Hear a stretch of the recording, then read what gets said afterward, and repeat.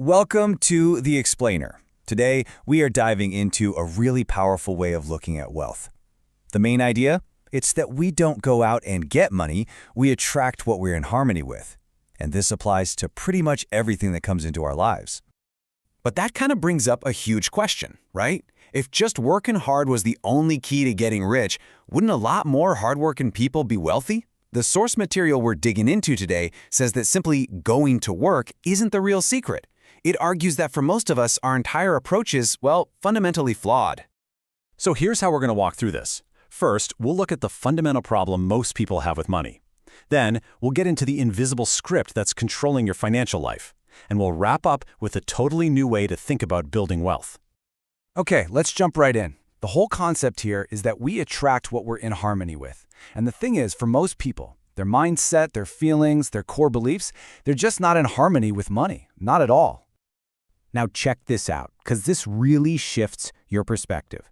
The big misconception is that you trade your hard labor for dollars. You picture someone operating a jackhammer in 100-degree heat. That is incredibly hard work for pretty low pay. The reality, as the source argues, is that money is a reward for providing service. Think about a recording artist who entertains millions of people and in return earns millions of dollars. You see, it's not about the sweat, it's about the service you provide. So, what is it that stops most of us from providing that high-level service and getting into harmony with wealth? Well, the source material points to this one single thing, something it calls a paradigm. Think of it as the invisible script that's running your entire financial life behind the scenes. So what on earth is a paradigm? Well, it's basically your mental programming. It's like the operating system running in the background of your mind. It's a whole collection of habits that are lodged deep in your subconscious, and they control your behavior automatically. And since your behavior is what creates your results, well, you see where this is going. It's your paradigm that's actually producing your financial reality. And this program, man, it has a huge amount of influence. As you can see here, it controls almost every critical part of your life. How you see the world, how you manage your time, your creativity, your sense of logic, how effective you are, and this is the big one, your ability to earn money. Your income is literally a direct reflection of where your paradigm is currently set. For example, our paradigms love to tell us, hey, you gotta be realistic, you have to be logical. But think about it. The Wright brothers were two bicycle mechanics deciding they were going to build a flying machine being logical? No way, it was completely illogical. The source argues that to really break free and achieve something new, you have to be willing to smash right through that logical, realistic box your paradigm tries to keep you in. Okay, so if this internal programming, this paradigm, is the big problem, what's the solution? How do we fix it? Well, here's the interesting part. The source argues you don't fight it.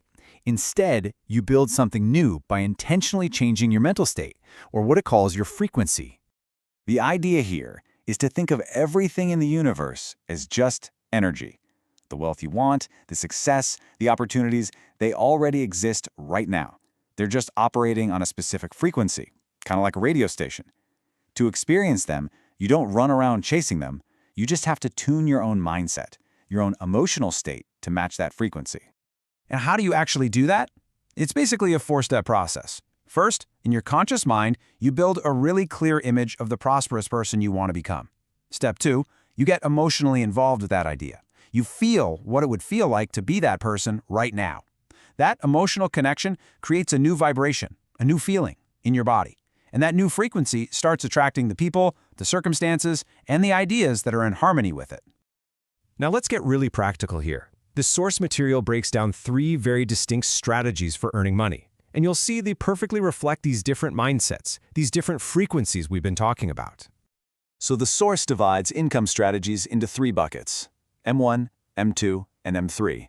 And as you can see from this chart, it is wildly lopsided. The vast majority of people are all crammed into just one of them. Let's break down what these actually are. Okay, so here's the deal. A whopping 96% of the population is using strategy M1. That's trading time for money. The problem? You always run out of time.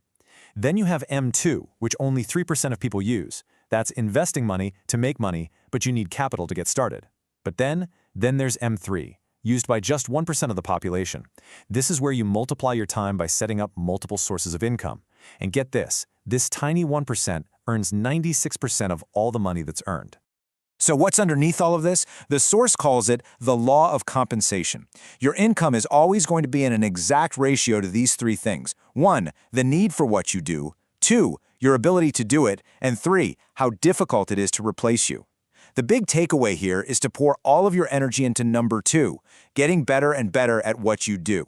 Because as your ability skyrockets, you automatically become much harder to replace. And that brings us to the final, and honestly the most important step in this whole process. You don't fight your old paradigm. You don't try to change your existing reality. Instead, you focus on building a brand new model of yourself, one that's so powerful it just makes the old one obsolete.